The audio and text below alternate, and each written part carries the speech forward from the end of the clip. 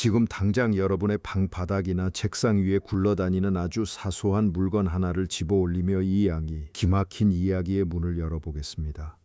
손에 쥔 그 물건이 무엇이든 상관없습니다. 가벼운 볼펜 한 자루여도 좋고 서랍 구석에서 굴러다니다 손에 잡힌 작은 종이 클립 하나여도 좋습니다. 정말 가볍죠. 손바닥 위에 올려놓아도 무게조차 거의 느껴지지 않을 만큼 사소하고 평범한 물건입니다. 그런데 인류 역사상 가장 잔인하고 거대한 파극의 순간, 그 파멸의 중심에서 흔적도 없이 사라져버린 물질의 양은 바로 여러분이 방금 손에 쥔 그 클립의 조각보다도 훨씬 가벼웠습니다. 1945년 8월 6일 아침, 인류가 감당하기 버거운 거대한 섬광 하나가 일본 히로시마의 하늘을 두 쪽으로 갈라놓습니다. 그날 우주에서 고작 0.7g의 물질이 영원히 증발해버렸고 그 대가로 도시 하나가 단 몇 초 만에 처참한 죽음을 맞이했습니다. 8만 명에 달하는 생명이 순식간에 눈을 감았고 폭발 중심지 반경 수 킬로미터 내의 모든 단단한 건축물들은 그저 고운 재와 먼지가 되어 땅바닥에 주저앉았습니다. 이 모든 끔찍한 파괴를 빚어낸 에너지가 세상에 풀려나기 전 원래 그 물질의 양은 방금 여러분이 손가락 사이에 쥐어본 그 작은 클립의 무게에도 미치지 못했습니다. 여기서 아주 유치하지만 현대 물리학의 가장 깊은 심연을 찌르는 단순한 질문 하나를 던져보겠습니다. 물질이 사라진다는 것은 대체 무슨 뜻일까요? 우리가 학교에서 철저하게 배우고 세상이 이성적으로 돌아간다는 증거로 굳게 믿어마지 않았던 절대적인 법칙이 하나 있습니다. 바로 질량 보존의 법칙입니다. 물질은 창조될 수도 없고 파괴될 수도 없습니다. 불에 태우고 가루로 빻고 가시적인 형태를 완전히 망가뜨려 연기로 뿜어낸다 해도 하루가 끝난 뒤 우주에 존재하는 물질의 총량은 언제나 정확히 똑같아야 합니다. 20세기 말 앙투안 라부아지에가 이 위대한 법칙을 세상에 내놓은 이후 인류의 모든 과학과 공학은 이 절대적 진리 위에서 안전하게 성벽을 쌓아 올렸습니다. 반응 전의 재료, 무게를 재고 반응 후의 결과물 무게를 재면 소수점 아래 한치의 오차도 없이 숫자가 기가 막히게 일치했습니다. 완벽했고 정밀했으며 그 어떤 의심도 비집고 들어갈 틈이 없는 진실처럼 보였습니다. 하지만 그 완벽한 성벽의 기초에는 인간이 미처 보지 못한 거대한 균열이 숨어 있었습니다. 1905년 스위스 베른의 특허청 구석진 책상에 앉아 조용히 시계를 고치던 한 청년이 세상의 통념을 뿌리째 뒤흔들 생각을 품기 시작했습니다. 알베르트 아인슈타인이라는 이름의 이 청년은 물체의 관성은 그 에너지 함량에 의존하는가? 라는 다소 겸손하고 지루해 보이는 제목의 짧은 논문을 세상에 던졌습니다. 당대 학계는 그 세 쪽짜리 허름한 논문을 거들떠보지도 않았습니다. 대단한 팡파르도 없었고 화려한 수식도 눈에 띄지 않았습니다. 그러나 그 종이 쪼가리 안에는 인류 역사상 그 어떤 사상가나 과학자의 머리에서도 나온 적 없는 가장 위험하고 파괴적인 방정식이 숨겨져 있었습니다. 그것은 질량과 에너지가 서로 완전히 다른 두 개의 실체가 아니라는 충격적인 통찰이었습니다. 만약 그 둘이 서로 다른 옷을 걸쳐 입고 있을 뿐 본질적으로는 정확히 똑같은 이름표 존재라면 어떻게 될까요? 여러분 모두 이 방정식을 잘 알고 계실 겁니다. 티셔츠도 프린트되어 있고 카페의 머그컵에도 새겨져 있으며 물리 수업을 단 한 번도 진지하게 들어본 적 없는 사람조차 술술 외우는 그 유명한 공식, 바로 E는 mc의 제곱입니다. 하지만 오늘 우리는 그저 이 공식을 알파벳 나열로 소비하고 넘어가지는 않을 것입니다. 이 방정식이 우리의 뼛속 깊은 곳까지 서늘한 전율을 안겨주는 진짜 이유를 마주해야 합니다.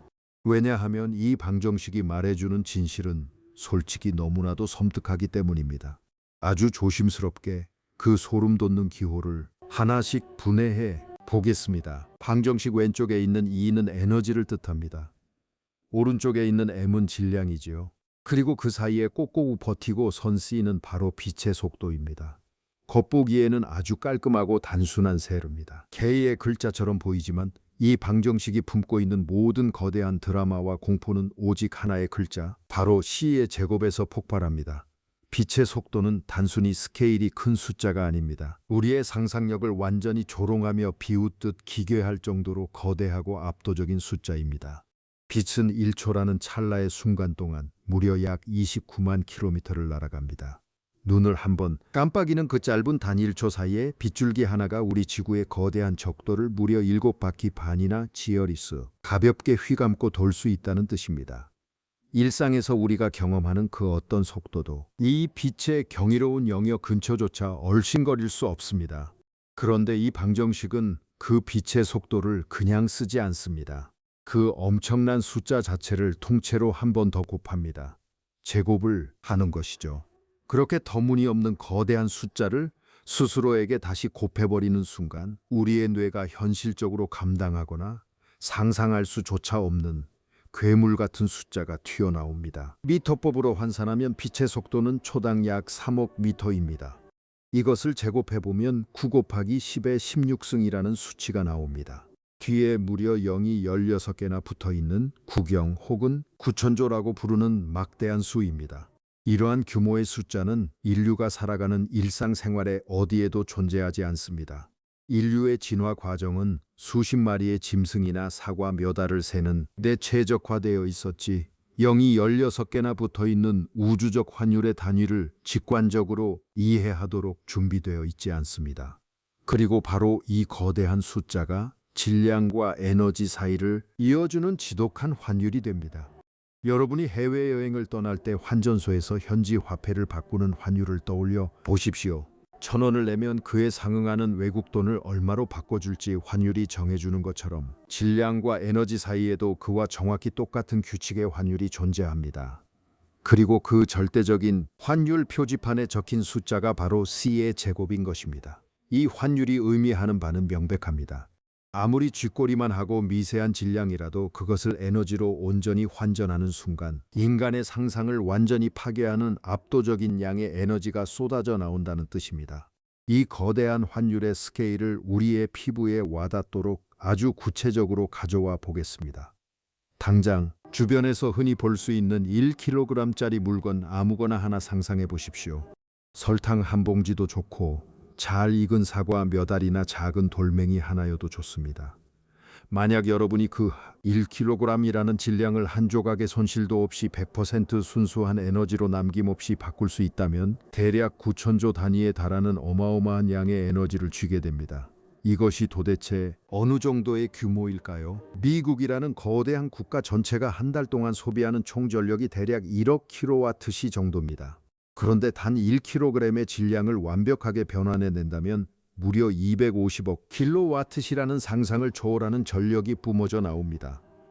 고작 설탕 한 봉지 무게에 불과한 물질로 웬만한 작은 국가 하나가 1년 내내 쓰고도 남을 전기를 거뜬히 만들어낼 수 있다는 뜻입니다. 물론 현실의 자연은 우리에게 그렇게 호락호락하게 에너지를 내어주지 않습니다. 질량을 순수한 에너지로 바꾸는 이 변환 과정은 아주 굳게 닫힌 단단한 철문 뒤에 철저하게 잠겨 있습니다. 인류 역사의 대부분 동안 그 문은 단 한 번도 열린 적이 없었습니다. 평소 우리가 일상에서 목격하는 에너지 방출 현상, 예컨대 겨울밤에 장작을 태우며 피어오르는 따스한 불길이나 화약이 터질 때의 폭발 같은 화학적 반응들은 이 거대한 철문 앞에서는 눈물겹도록 보잘것없는 소꿉놀이에 불과합니다. 나무, 장작을 데우면 빛과 열이 뿜어져 나옵니다. 아인슈타인의 가르침대로 이 과정에서도 질량의 아주 일부가 에너지로 변했다고 말할 수 있습니다. 기술적으로는 그 말이 엄연한 사실입니다. 하지만 그때 변환되는 질량의 양은 너무나도 터무니없이 작아서 지금까지 인간이 발명한 그 어떤 초정밀 저울로도 절대 측정할 수 없습니다. 여러분이 1kg의 마른 장작을 태운 뒤에 남은 채 뿜어져 나온 이산화탄소와 수증기, 사방으로 흩어진 모든 연기의 무게를 악착같이 다 더해본다고 가정해 봅시다. 그 총합은 놀랍게도 원래 장작과 그걸 태우는 데 사용된 산소의 무게를 합친 것보다 아주 미세하게 가볍습니다. 하지만 그 차이는 고작 100억 분의 1g 정도에 불과합니다. 이것이 바로 화학에너지가 격렬하게 방출될 때 줄어드는 질량의 진짜 양입니다. 500억 분의 1g이라니 애초에 측정과 관측의 범위를 아득히 벗어나는 허망한 수치입니다. 바로 이 때문에 현실의 모든 실용적인 목적에서 질량 보존의 법칙은 화학의 영역에서 언제나 완벽하게 들어맞았던 것입니다. 라부아지에는 자신이 가진 장비로 측정할 수 있는 한계점까지는 철저하게 옳았습니다. 화학 에너지는 원자의 바깥쪽을 아슬아슬하게 선회하는 전자들이 이리저리 자리를 옮겨 다니며 만들어내는 소소한 부산물일 뿐이기 때문입니다. 화학이라는 학문의 본질은 원자들이 서로 전자를 주고받으며 새로운 결합을 만들고 옛날의 결합을 끊어내는 과정에 불과합니다. 수소와 산소를 태울 때 전자들은 조금 더 편안하고 안정된 자리를 찾아가며 그 틈새에서 약간의 열을 내뿜습니다. 강력한 폭약인 TNT를 터뜨릴 때도 질소와 산소의 단단한 결합이 격렬하게 재배열되면서 에너지를 탑을 충격파의 형태로 터뜨려내는 것에 지나지 않습니다. 그러나 이러한 전자의 소소한 재배열 과정에 관여하는 에너지의 양은 원자 그 자체가 품고 있는 거대한 질량에 비하면 정말 터무니없이 초라합니다. TNT처럼 인간 기준으로는 무자비하게 파괴적인 화학 폭발조차도 원래 물질이 가진 질량의 10억분의 1조차 에너지로 바꾸지 못합니다. 1억억분의 1이라면 사실상 질량이 전혀 줄어들지 않은 것이나 다름없습니다. 이 스케일의 감각을 여러분의 머릿속에 확실히 심어드리기 위해 하나의 거대한 비유를 들어보겠습니다. 원자 하나가 가진 질량과 에너지의 전체 규모를 100층짜리의 웅장하고 거대한 마천루 빌딩이라고 상상해 보십시오. 전자를 이리저리 재배열해서 끄집어내는 화학 에너지는 그 거대한 빌딩의 1층 로비 벽면에 칠해진 페인트 칠에서 아주 현미경적인 페인트 조각 하나를 손톱으로 살짝 긁어내는 것과 정확히 같습니다. 겉표면의 페인트가 아니라 그저 묻어있는 먼지 같은 조각을 툭 떼어낸 수준입니다. 하지만 원자 핵의 깊은 곳을 뒤흔드는 핵 에너지는 완전히 차원이 다릅니다. 조금 더 강한 정도가 아니라 대략 100만 배, 수천만 배 이상 압도적입니다. 핵 에너지는 로비의 페인트를 긁어내는 소꿉장난이 아닙니다. 그것은 빌딩 전체를 묵묵히 지탱하고 서 있는 가장 핵심적인 거대한 주춧돌을 통째로 폭파해 박살 내버리는 것입니다. 내지어의 가장 깊은 심장부, 즉 원자 핵의 본거지로 곧장 뚫고 들어가 양성자와 중성자를 완전히 뒤흔들어 재배열할 때 튀어나오는 에너지는 그야말로 상상을 초월하는 괴물 같습니다.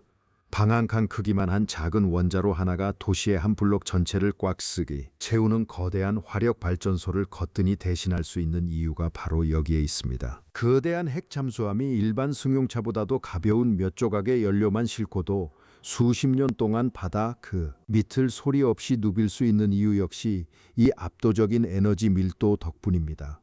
이 모든 극단적인 차이는 오직 하나의 지점으로 귀결됩니다. 화학 에너지는 원자의 바깥을 얼쩡거리는 전자들만 건드립니다. 그러나 핵 에너지는 원자의 중심에서 온갖 무게를 지탱하고 버티는 원자 핵을 직접 들이칩니다. 그리고 원자에 존재하는 거의 모든 질량과 에너지가 살고 있는 진짜 본거지는 바로 그 원자 핵입니다. 원자 핵의 내부로 들어가기 위해 우리는 잠시 공간의 스케일을 극단적으로 압축해 보아야 합니다. 감히 원자가 어떻게 생겼는지 대충은 알고 계실 겁니다. 중심에는 양성자와 중성자가 빽빽하게 뭉쳐있는 원자 핵이 버티고 있고 그 아득히 먼 바깥쪽을 전자들이 겨우 붙잡힌 채 빙글빙글 돌고 있습니다. 원자 전체의 거대한 크기와 비교해보면 그 중심에 박힌 원자 핵은 믿을 수 없을 만큼 기괴할 정도로 작습니다. 만약 원자의 전체 크기를 거대한 월드컵 축구 경기장 크기만큼 늘려놓는다고 상상해 봅시다. 그 어마어마한 경기장 한가운데에 놓여있는 원자 핵의 크기는 겨우 작은 유리 구슬 하나에 불과합니다. 경기장 전체가 텅 비어있는 셈이지요. 그런데 여기서 가장 소름 돋는 반전은 따로 있습니다. 원자 전체 질량의 거의 100%, 정확히는 99% 이상이 그 경기장 한가운데 놓인 눈물격의 작은 유리 구슬 안에 전부 처박혀 있다는 사실입니다. 바깥을 넓게 돌고 있는 전자들은 무게가 거의 없으며 전자와 원자 핵 사이의 광활한 공간은 사실상 완벽한 허공, 즉 텅 빈 진공 상태입니다. 따라서 원자 핵은 상상을 초월할 정도로 작고 동시에 상상을 초월할 정도로 무거우며 수많은 입자들로 터질 듯이 빽빽하게 압축되어 있는 상태입니다. 이 밀도의 감각은 인간의 상식을 완전히 뛰어넘습니다. 만약 지구상의 모든 인간을 압축해서 그들 사이의 텅 빈 공간을 완전히 없애버린다면 인류 전체의 부피는 설탕 한 알의 크기만큼 작아질 것입니다.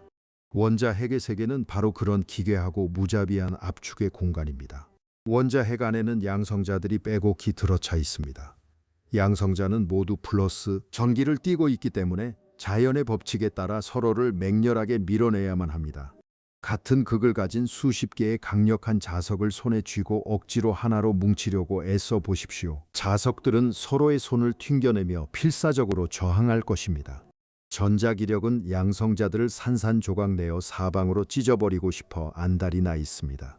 하지만 신기하게도 양성자들은 원자핵 안에서 한데 단단히 뭉쳐 있습니다. 양성자들의 이 미친 듯이 뿜어져 나오는 전기적 반발력을 억누르고 원자핵을 터지지 않도록 꽉 붙들어 메어주는 더 강력한 무언가가 존재하지요. 그것이 바로 강한 핵력, 이른바 강력입니다.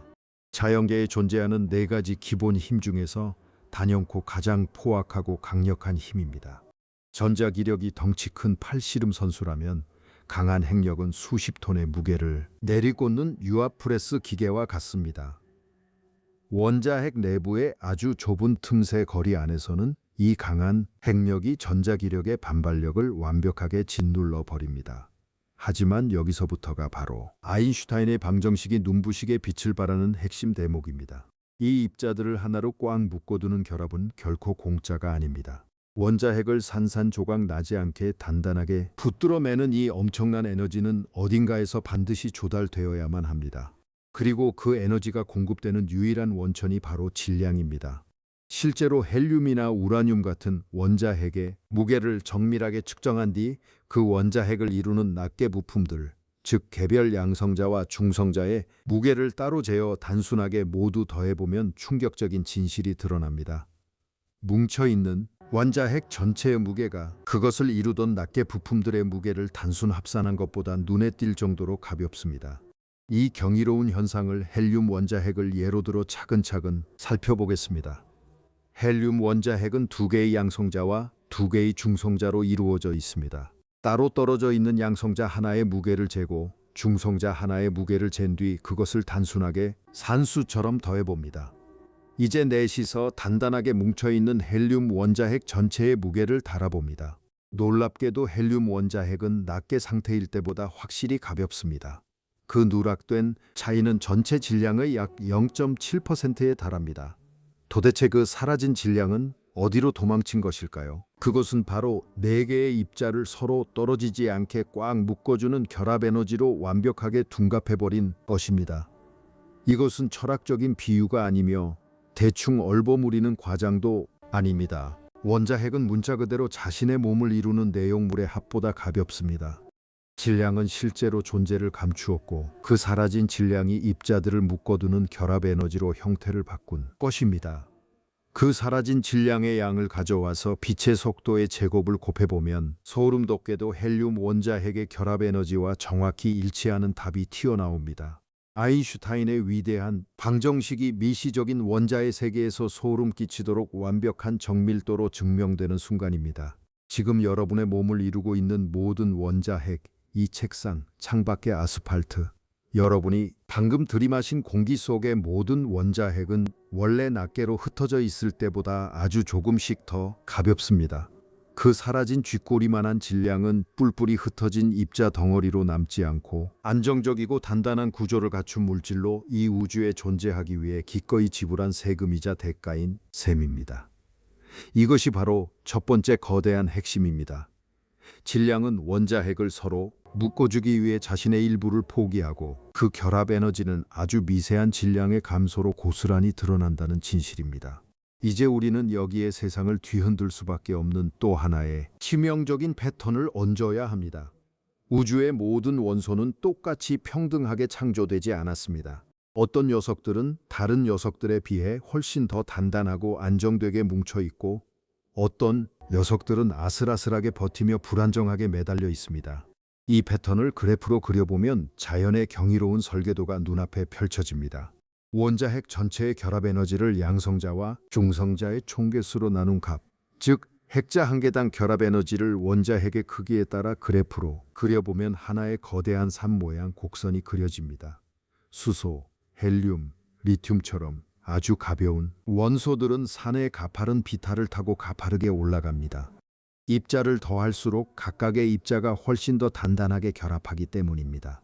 그러다 곡선이 완만하게 평형을 이루며 마침내 꼭대기 정상에 도달합니다. 그 정상의 주인이 바로 56개의 핵자를 가진 원자 번호 26번의 철입니다. 철은 에너지산의 가장 꼭대기 정상에 당당히 림하고 있습니다. 철의 원자 핵은 자연계에서 단연코 가장 단단하게 결합되어 있고 가장 안정적이며 에너지 측면에서 가장 배부르게 만족한 상태입니다. 철을 지나서 그래프의 오른쪽으로 더 나아가면 곡선은 다시 서서히 아래로 고개를 떨구기 시작합니다. 금이나 우라늄 같은 묵직하고 거대한 원소들은 오히려 철보다 결합이 덜 단단합니다. 원자 핵이 너무 거대하고 뚱뚱해서 입자들이 바글바글 모여 있다 보니 아주 굴부트럭여 짧은 거리에서만 맹위를 떨치는 강한 핵력이 멀리 떨어진 외곽의 입자들까지 제대로 붙잡아주지 못하는 것입니다. 반면에 그 수많은 양성자들의 정기적 반발력은 덩치가 커질수록 더욱 심하게 요동치며 내부를 흔들어 놓습니다.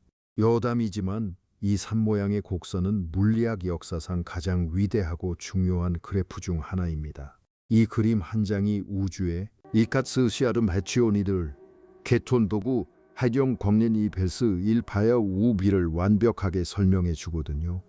해종검은 곡선의 멘탄스 왼쪽에 있는 가벼운 수소와 헬륨을 가져와서 서로 맹렬하게 부딪혀 뭉치게 만든 뒤 철이 버티고 있는 산의 정상을 향해 기어 올라가는 과정입니다. 반대로 핵분열은 곡선의 오른쪽에 있는 뚱뚱하고 무거운 우라늄이나 플루토늄을 가져와서 반으로 쪼개며 다시 철의 정상을 향해 산을 기어오르는 과정입니다. 이 두 가지 상반된 과정은 결국 모두 철을 향해 움직이는 거대한 흐름이며 두 과정 모두 결합 에너지의 차이만큼 엄청난 에너지를 밖으로 뿜어냅니다. 두 과정 모두 미세한 질량을 거대한 에너지로 바꾸어 버리는 자연의 마법입니다. 철은 가장 높은 꼭대기에 앉아 있고 우주의 모든 원소는 아주 천천히 그 철을 향해 굴러가고 싶어 합니다. 가벼운 원소는 합쳐지면서 위로 올라가고 싶어 하고 무거운 원소는 쪼개지면서 가벼워지고 싶어 합니다. 작은 전부 있다. 기트로테 시국의 지주 이저지 가문이지수 철은 원자 핵들이 자신을 붙들던 마지막 질량 한 조각까지 전부 내어주고 가장 꽉 결합한 곳, 즉 우주 핵 에너지의 막다른 골목입니다. 철에 도달하면 게임은 영원히 끝납니다. 그리고 인간이 만든 폭탄 속에 담긴 그 끔찍한 파괴의 에너지는 바로 여기서 고스란히 튀어나옵니다. 만약 여러분이 그래프의 맨 오른쪽에 버티고 있는 우라늄처럼 아주 무거운 원자핵을 억지로 붙잡아 중간 크기의 원자핵 2개로 쪼개버린다면 무슨 일이 벌어질까요? 이 자코그 고우샥은 이내사예요. 한데는 즈고의 파변은 그래프에서 철의 정상 쪽에 훨씬 더 가까워졌기 때문에 원래의 우라늄보다 핵자당 결합이 훨씬 더 단단해집니다.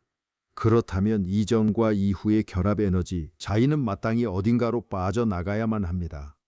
그 잉여 에너지가 바로 맹렬한 운동 에너지로 타오르고 눈이 멀 것 같은 열로 치솟으며 생명을 찢어놓는 방사선으로 뿜어져 나옵니다. 이것이 바로 핵분열의 폭력적인 실체입니다. 그리고 결합 에너지의 본질은 결국 질량이기 때문에 둘로 쪼개진 결과물들의 무게를 정밀하게 합쳐보면 처음 우라늄의 무게보다 아주 약간 덜끝만큼 가볍습니다. 질량이 이 우주에서 완전히 소멸해버린 것입니다. 그 손실된 양은 대략 0.1% 정도에 불과합니다. 하지만 그 쥐꼬리만한 질량 손실의 빛의 속도에 제곱이라는 0이 16개나 붙은 괴물 같은 환율을 곱해 보십시오. 쪼개지는 원자 하나하나마다 등골이 오싹해지는 양의 에너지가 쏟아져 나오게 됩니다. 우라늄 235 원자 하나가 분열할 때 뿜어내는 에너지는 약 2억 전자볼트입니다. 수치가 너무 커서 잘 와닿지 않으시죠? 이것을 우리가 겪는 현실의 언어로 번역해 드리겠습니다. 강력한 폭약인 TNT 분자 하나가 불타면서 일으키는 화학 반응은 고작 3전자볼트의 에너지를 냅니다. 그런데 우라늄 원자 하나가 쪼개지면 무려 2억 전자볼트가 튀어나옵니다. 대략 6천만 배에서 7천만 배에 달하는 엄청난 격차입니다. 원자 하나 대 원자로 맞붙었을 때 단 한 번의 핵분열이 단 한 번의 화학 반응보다 무려 수천만 배나 많은 에너지를 토해내는 것입니다. 2배나 10배의 차이가 아니라 도저히 메울 수 없는 수천만 배의 벽입니다. 화학 에너지와 핵 에너지 사이에 존재하는 이 절대적인 격차가 바로 고작 0.7g의 질량을 에너지로 바꾼 폭탄 하나가 1만 5천 톤의 TNT 산더미와 맞먹는 파괴력을 낼 수 있는 유일한 이유입니다. 원자핵의 깊은 결합에 잠겨 있던 에너지가 겉껍질의 화학 결합 에너지보다 수천만 배나 진하게 농축되어 있기 때문입니다. 자, 이제 여러분은 그 파멸적인 에너지가 도대체 어디서 오는지, 그리고 왜 그토록 막대하고 압도적인지 완벽하게 이해하게 되셨습니다. 하지만 원리를 머리로 이해하는 것과 자연의 미로 속에서 그 폭탄을 실제로 조립해내는 것은 지옥과 천국만큼이나 완전히 다른 이야기입니다. 이제 여러분을 이 파멸적인 기계의 복잡한 톱니바퀴 속으로 직접 안내하겠습니다. 자연에서 캐낸 우라늄에는 여러 가지 종류의 동위원소가 섞여 있습니다. 가장 흔하게 발견되는 녀석은 우라늄 238인데 자연에 존재하는 우라늄의 99% 이상을 당당히 차지하고 기수입니다. 약간의 방사능을 띠고 있기는 하지만 성질이 아주 더럽게 고집스럽고 둔감합니다. 그 둔감한 녀석에게 중성자를 쏘아 맞춰봐야 그냥 꿀꺽 삼키고는 약간 살이 찐 채로 멍하니 앉아있을 뿐 절대로 쪼개지지 않습니다. 반면에 아주 희귀한 동위원소인 우라늄 235는 자연 우라늄 속에 1%도 채 되지 않게 숨어 있습니다. 1000개의 원자 중에서 고작 7개 꼴로 드문드문 섞여 있을 뿐입니다. 그런데 이 우라늄 235는 성격이 완전히 다릅니다. 대단히 불안정하고 누군가 툭 치기만 해도 당장이라도 쪼개지고 싶어 안달이 나니서 녀석입니다. 그저 가벼우며 느릿느릿 날아오는 군뱅이 같은 중성자 하나가 쓱 들어오기만 해도 원자핵은 더 이상 자신을 지탱하지 못하고 폭발적으로 찢어져 버립니다. 우라늄 235 원자 하나가 핵분열을 일으키면 2개의 더 작은 딸 원자핵으로 쪼개집니다. 항상 똑같은 두 조각으로 예쁘고 공평하게 갈라지는 것은 아닙니다. 이것이 바로 핵분열의 기묘하고도 골치 아픈 속성 중 하나입니다. 초콜릿 바를 정확히 반으로 뚝 자르는 게 아닙니다. 아주 무작위하고 불규칙하게 찢어지는데 이 통제 불가능한 무작위성이 로스앨로모스의 수많은 물리학자들을 미치게 만들었죠. 바리움과 크립톤이 될 수도 있고 스트론튬과 크세논이 튀어나올 수도 있으며 세슘과 루비듐이 무작위로 만들어질 수도 있습니다. 수십 가지의 파편 조합이 가능하고 자연은 쪼개질 때마다 매번 주사위를 새로 던집니다. 하지만 어떤 결과물이 튀어나오든 단 한 가지 현상은 언제나 똑같이 일어납니다. 쪼개져 나온 2개의 원자핵 파편이 빛의 속도의 약 3%에 달하는 무시무시한 속도로 허공의 비명을 지르며 튕겨 나간다는 이것입니다.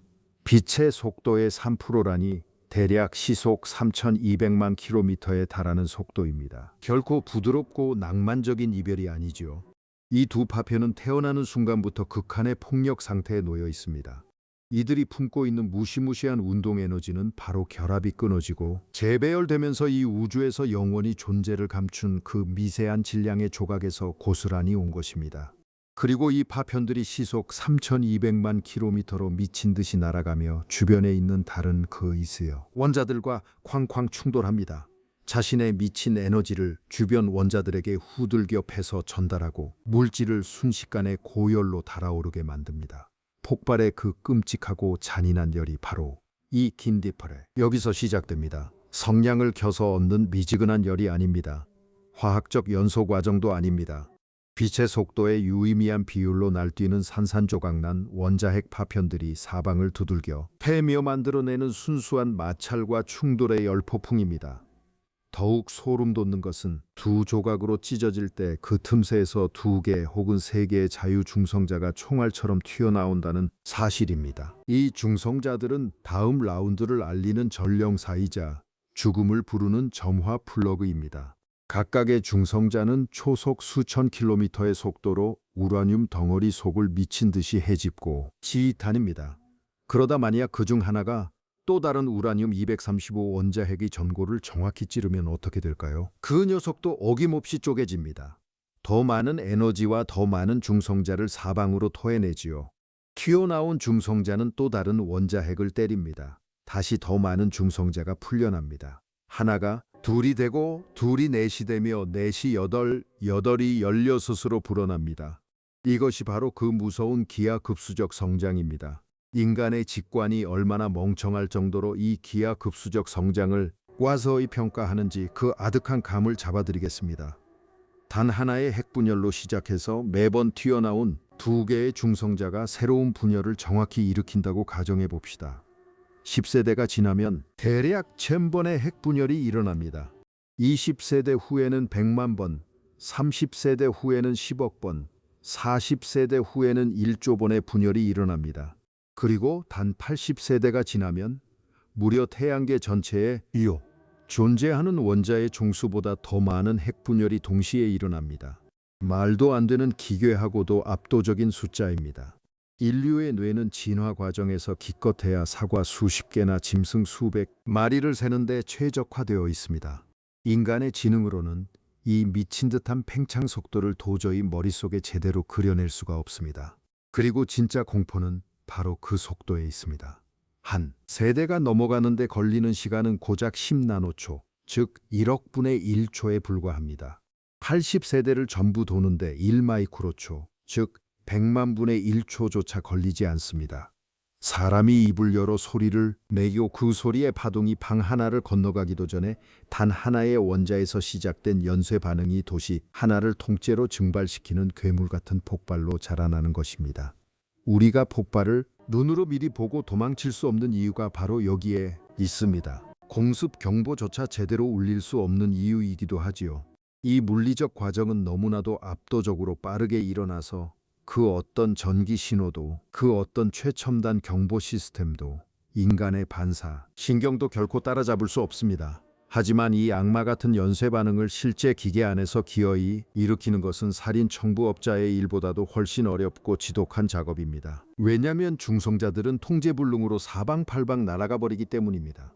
게다가 땅을 파서 캐낸 우라늄의 99% 이상은 분열하지 않는 고집불통 우라늄 238입니다. 날아가던 중성자가 20, 38 원자에 부딪히면 그냥 꿀꺽 흡수되어 버리고 맙니다. 처참한 자원 낭비입니다. 핵분열도 없고 연쇄 반응도 일어나지 않습니다. 폭발이 추진력을 얻기도 전에 성냥불처럼 허무하게 꺼져버립니다.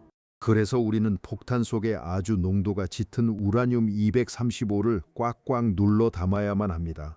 중성자들이 바깥 공간으로 도망치거나 238에 흡수되어 사라지기 전에 무조건 목표물인 235에 명중할 수 있도록 충분히 크고 조밀하게 뭉쳐놓아야 하죠. 여기서 바로 임계 질량이라는 가장 중요하고도 잔인한 개념이 등장합니다. 임계 질량이란 핵분열 연쇄 반응을 멈추지 않고 스스로 지속할 수 있는 물질의 최소한의 양을 말합니다. 평균적으로 한 번의 핵분열이 일어날 때마다 적어도 한 번 이상의 새로운 핵분열을 보장하도록 물질이 덩어리져 있어야 하지요. 임계 질량의 아래쪽에서는 반응이 스스로 굶어 죽어버립니다. 매 세대마다 새로 태어나는 중성자보다 우주로 날려먹거나 찌꺼기에 흡수되어 잃어버리는 중성자가 더 많기 때문입니다. 결국 연쇄 반응의 숨통이 끊어집니다. 하지만 임계 질량의 위쪽으로 넘어가면 반응은 걷잡을 수 없이 거대해집니다. 만약 임계 질량을 아득히 초과하는 엄청난 양의 우라늄을 아주 갑작스럽고 폭력적으로 한데 뭉치게 만든다면 어떻게 될까요? 반응은 단순히 커지는 수준을 넘어 맹렬하게 폭발해 버립니다. 모든 핵분열 폭탄의 심장부에는 끔찍한 모순과 치명적인 경주가 숨어 있습니다. 연쇄 반응은 1억 분의 1초 단위로 세대를 거듭하며 에너지를 쌓아 올리고 갈수록 더 많은 에너지를 쏟아내려고 발버둥칩니다. 하지만 그 뿜어져 나온 에너지는 동시에 핵물질 자체를 사방으로 날려버리고 뜨겁게 달구며 바깥으로 팽창시킵니다. 우라늄 덩어리들을 서로 이지질로 쇠를 떼어놓아 찢어버리려 하지요. 부품들이 서로 조금이라도 멀어져서 덩어리의 밀도가 임계 질량 아래로 뚝 떨어지는 바로 그 찰나의 순간, 맹렬했던 연쇄 반응은 그 즉시 심정지 상태가 되어버립니다. 폭탄이 자기 자신과 목숨을 건 씨름을 하고 있는 셈입니다. 폭발은 더 큰 폭발을 일으키려고 미친 듯이 애쓰지만 동시에 그 폭발 자체가 자신의 연료를 사방으로 흩뿌려 버리면서 스스로 불을 끄려고 덤비는 역설적인 상황인 것입니다. 히로시마에 떨어진 리틀보이가 그토록 지독하게 비효율적이었던 이유가 바로 여기에 있습니다. 연쇄 반응이 초기 분열에 엄청난 열과 에너지로 인해 폭탄 전체를 산산조각 내버리기 전까지 우라늄의 아주 극히 일부만 태울 시간밖에 확보하지 못한 겁니다. 비유하자면 거대한 장작더미 한가운데 캠프파이어 불을 붙였는데 단 3초 만에 불길 자체가 다이너마이트처럼 폭발하면서 남은 장작들을 사방으로 다 튕겨내 버린 것과 같습니다. 장작의 쥐꼬리만한 일부분만 데우고 허무하게 끝난 것이죠. 리틀보이의 강철 포신 안에서 일어난 일이 정확히 이와 같았습니다. 짧고 분노에 찬 핵분열의 폭발이 번쩍 일어난 직후 나머지 거대한 우라늄 덩어리는 어마어마한 속도로 허공에 흩어져 버렸고 반응은 허무하게 종결되었습니다. 그 비싼 연료의 2%조차 제대로 타지 않았습니다. 나머지 98%는 고스란히 태평양 하늘에 쓰레기처럼 낭비되었죠. 그러니까 애초에 이 폭탄이 한 번이라도 제대로 터지게 만들려면 우라늄을 딜하면 끔찍하게 높은 농도로 농축해야만 합니다. 쓸모없는 238을 버리고 유용한 235만 쏙쏙 분리해 내야죠. 그런데 이 작업은 화학자들의 지옥 그 자체입니다. 왜냐하면 이 두 동위 원소는 화학적으로 완벽하게 소름 돋을 정도로 똑같기 때문입니다. 둘 다 우라늄이잖아요. 똑같은 산성, 물질과 반응하고 똑같은 화합물을 만들며 용매에 똑같이 녹습니다. 유일한 차이점은 뚱뚱한 238쪽의 중성자가 3개 더 얹혀 있다는 것뿐입니다. 이것 때문에 무게가 아주 살짝, 정말 현미경으로나 보일 정도로 살짝 더 무거울 뿐입니다. 대략 3% 무거울 뿐이지요. 이 둘을 분리해내는 것은 무게가 겨우 1% 차이 나는 두 무더기의 모래알들을 커다란 운동장에 쏟아놓고 핀셋으로 하나하나 집어서 골라내는 짓과 정확히 똑같습니다. 이론적으로 불가능하진 않지만 산업적 규모의 어마어마한 돈과 막노동이 필요합니다. 그리고 맨해튼 프로젝트가 바로 그 불가능한 미친 짓을 해냈습니다. 그들은 미국 테네시주의 오크리지라는 곳에 비밀 도시 하나를 통째로 건설했습니다. 7만 5천 명의 사람이 높은 철조망과 군인들의 감시 뒤에서 일했습니다. 그들 대부분은 자신들이 도대체 무슨 가루를 만들고 있는지조차 몰랐습니다. 그저 전쟁을 끝내기 위해 아주 중요한 일을 하고 있다는 맹목적인 믿음만 있었죠. 거대한 시설들이 수백 에이커의 땅을 뒤덮었습니다. 부식성이 지독하게 강하고 치명적인 독성을 뿜어내는 육불하우라늄 가스를 수천 개의 미세한 한증이치, 구멍이 뚫린 장벽을 통해 억지로 밀어넣는 가스 확산 공장이 밤낮 없이 돌아갔습니다. 그 장벽에 뚫린 구멍들은 100만 분의 1인치 단위로 측정될 만큼 상상을 초월하게 작았습니다. 가벼운 235분자가 무거운 238분자보다 아주 미세하게 정말 눈물겹게 살짝 더 빨리 통과한다는 얄팍한 사실 하나에 의존한 공정이었죠. 하지만 장벽 하나를 통과할 때마다 농도가 짙어지는 비율은 그야말로 면도날처럼 얇았습니다. 그래서 이 과정을 수천 번, 수만 번 연속해서 미친 듯이 반복해야만 했습니다. 최고급 보드카를 얻기 위해 수천 번을 거르고 또 거르는 것과 같았지요. 그뿐만이 아닙니다. 우라늄 원자들을 이온화시켜 강력한 자기장 속으로 맹렬하게 가속시키는 거대한 전자기 분리 장치, 이른바 칼루트론 기계들도 윙거리며 돌아갔습니다. 무거운 238 이온보다 가벼운 G 우측은 리초브 아이온이 자기장 안에서 아주 미세하게 더 좁은 곡선을 그리며 안쪽으로 꺾인다는 점을 이용한 거대한 자석 기계였습니다. 두 갈래의 원자 흐름이 진공 챔버를 둥글게 휘돌며 겨우 1인치의 몇 분의 1밖에 떨어져 있지 않은 두 개의 아주 좁은 수집통에 나뉘어 떨어졌습니다. 소름 끼치도록 깐깐하고 피 말리게 지루하며 전기를 강물처럼 집어삼키는 과정이었습니다. 오크리지의 칼루트론 기계들만 해도 웬만한 작은 국가 전체보다 더 많은 전기를 빨아먹었으니까요. 이 어마어마한 농축 작전에 거의 3년이라는 시간이 걸렸습니다. 수십억 달러의 예산이 쏟아져 들어갔고 수만 명의 땀방울이 갈려 들어갔습니다. 그리고 그 뼈를 깎는 수고의 최종 결과물은 고작 64kg의 고농축 우라늄이었습니다. 여러분이 두 팔로 무릎 위에 올려놓을 수 있을 만큼 작은 은빛 덩어리죠. 그 64kg 중에서 훗날 폭발의 에너지로 둔갑하게 될 질량은 단 0.7g에 불과했습니다. 고작 0.7g의 질량을 훔쳐내기 위해 도시 전체의 3년치 노동력과 거대한 산업 시설을 통째로 갈아 넣었다는 사실은 너무나 기괴해서 오히려 허웃음이 나올 지경입니다. 그렇게 3년 동안 한 땀 한 땀 모은 고농축 우라늄으로 마침내 만들어낸 흉한 폭탄이 바로 리틀보이로 불렸습니다. 리틀보이의 뱃속에는 64kg의 고농축 우라늄이 담겨 있었습니다. 훗날 플루토늄 폭탄에 쓰인 아주 정교하고 예술적인 뇌파형 설계와 비교하면 리틀보이의 작동 방식은 원시시대 몽둥이처럼 야만적이고 멍청할 정도로 단순했습니다. 흔히 포신형 구조라고 부르는데 길쭉한 강철 튜브 양끝에 우라늄 덩어리를 두 조각으로 나누어 매달아 놓은 형태입니다. 한쪽에는 관측이 될 우라늄 덩어리가 다른 쪽에는 총알 역할을 할 우라늄 조각이 있었습니다. 재래식 폭약인 코르다이트 추진제와 실크 화약 주머니를 터뜨려서 한쪽 우라늄 덩어리를 다른 쪽 우라늄 덩어리 속으로 무자비하게 쏘아 보냅니다. 대포를 쏘듯이 말이죠. 두 조각이 강철통 안에서 쾅 하고 충돌하면 합쳐진 거대한 질량이 마침내 그 위험한 임계 질량을 돌파하게 되고 연쇄 반응이 지옥문처럼 열리는 겁니다.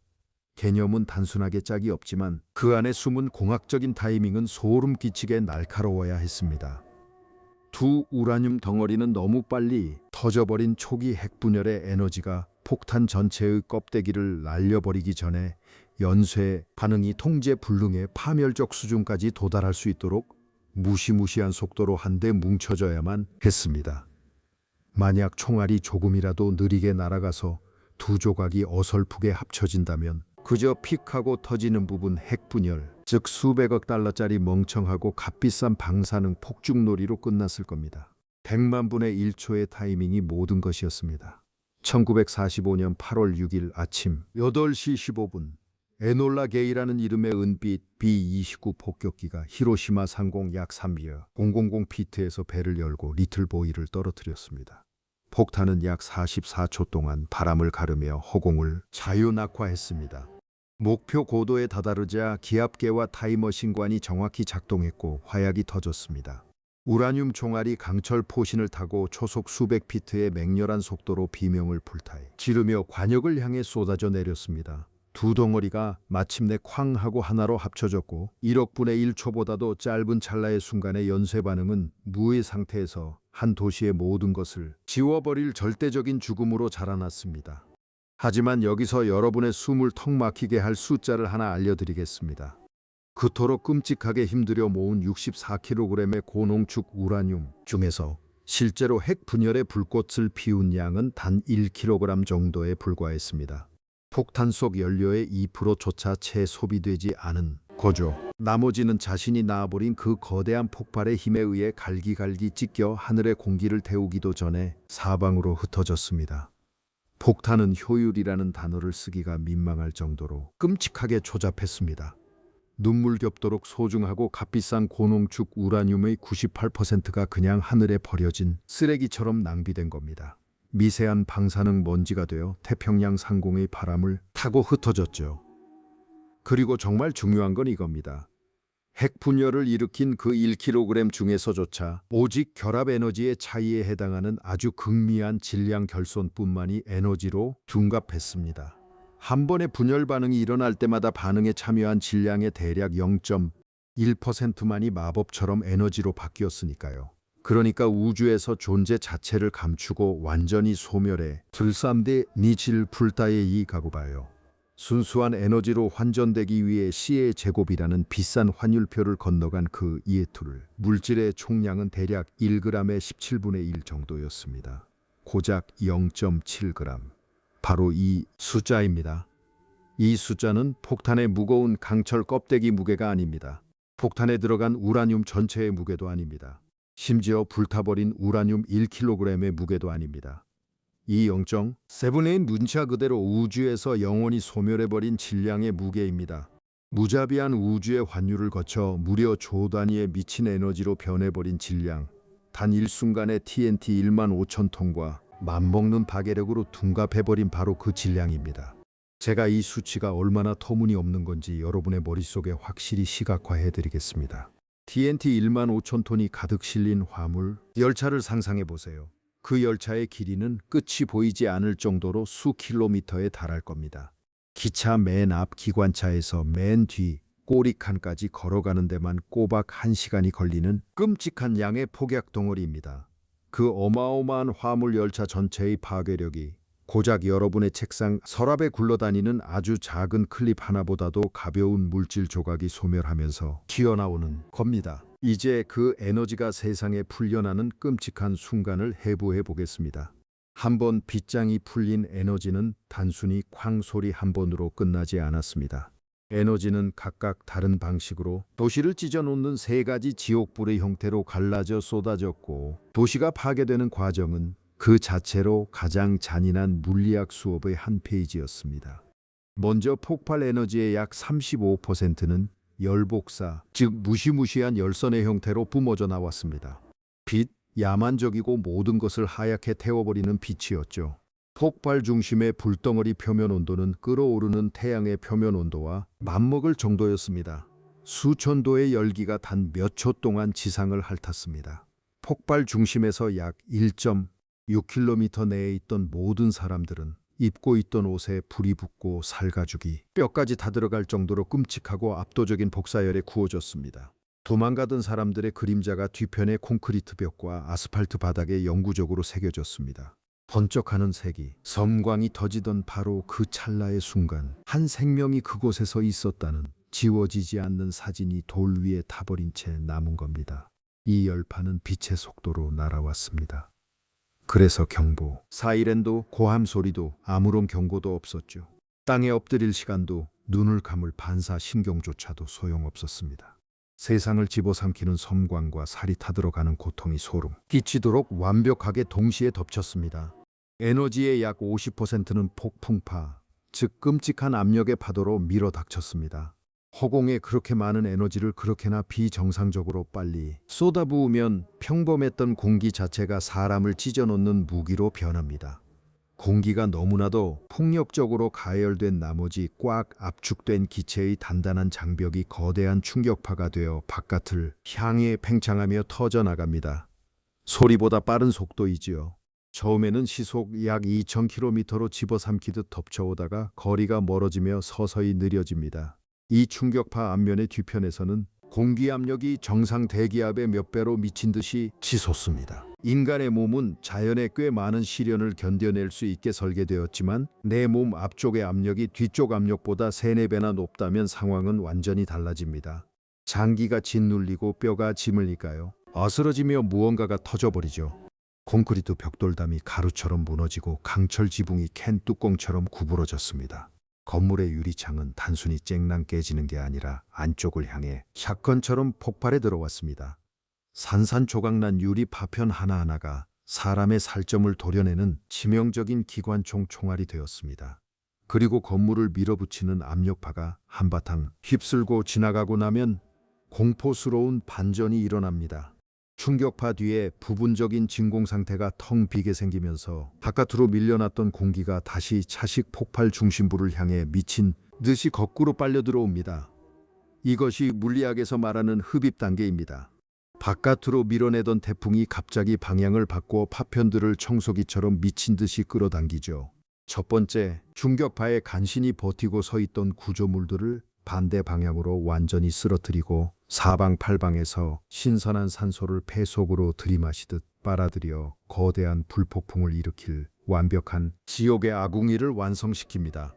1.6km 이내의 거의 모든 건물이 말 그대로 평평하게 다듬어졌습니다. 그냥 금이 가거나 부서진 게 아닙니다. 가루가 되어 땅에 엎드렸습니다. 단 1초도 안 되는 시간에 번화했던 도시가 달 표면 같은 잔해로 변했죠. 단단한 철근 콘크리트, 건물들만 속이 시커멓게 타버린 텅 빈 해골처럼 간신히 외벽만 남겼고 나머지는 모두 사라졌습니다. 오기종기 모여있던 목조주택, 작은 상점, 조용한 사찰, 아이들이 뛰놀던 학교, 불과 30분 전에 가족들이 모여 된장국에 아침을 먹던 그 평범한 방들이 흔적도 없이 증발했습니다. 그리고 남은 에너지의 약 15%는 가장 조용하고 비열한 살인마, 핵 방사선으로 뿜어져 나왔습니다. 산산이 조각난 원자핵 찌꺼기에서 새어나오는 감마선과 중성자는 눈에 보이지도 냄새가 나지도 않았지만 재도미가 된 벽과 사람의 몸을 유령처럼 뚫고 지나갔습니다. 감마선은 빛을 이루는 광자와 본질적으로 같은 종류의 것입니다. 하지만 우리가 보는 일반적인 가시광선 광자 하나보다 10만 배나 더 무거운 에너지를 꽉꽉 품고 있는 괴물이죠. 이 정도의 막대한 에너지를 가진 감마선은 랜턴 불빛이 벽에 부딪혀 튕겨 나오는 것처럼 반사되지 않습니다. 살과 뼈를 그대로 뚫고 들어갑니다. 세포 속 원자에서 전자를 강제로 뜯어내고 생명을 유지하는 분자 결합을 잔인하게 끊어버립니다. 세포를 살아있게 유지하는 아주 섬세하고 복잡한 화학적 구조, 즉 DNA를 가위질하듯 갈기갈기 찢어놓습니다. 중성자는 감마선과 파괴하는 방식은 다르지만 결과는 똑같이 치명적입니다. 중성자는 원자핵의 당구공처럼 쾅 부딪혀 원자를 궤도 밖으로 튕겨냅니다.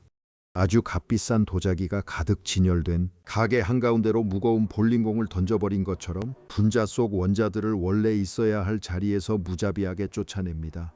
이 방사선 역병 역시 빛의 속도로 움직였습니다. 귀청이 터질 듯한 폭풍파가 들이닥치기도 전에, 아무런 괴음이 들리기도 전에 눈먼 섬광과 완벽하게 똑같은 순간에 사람들의 몸을 관통했습니다.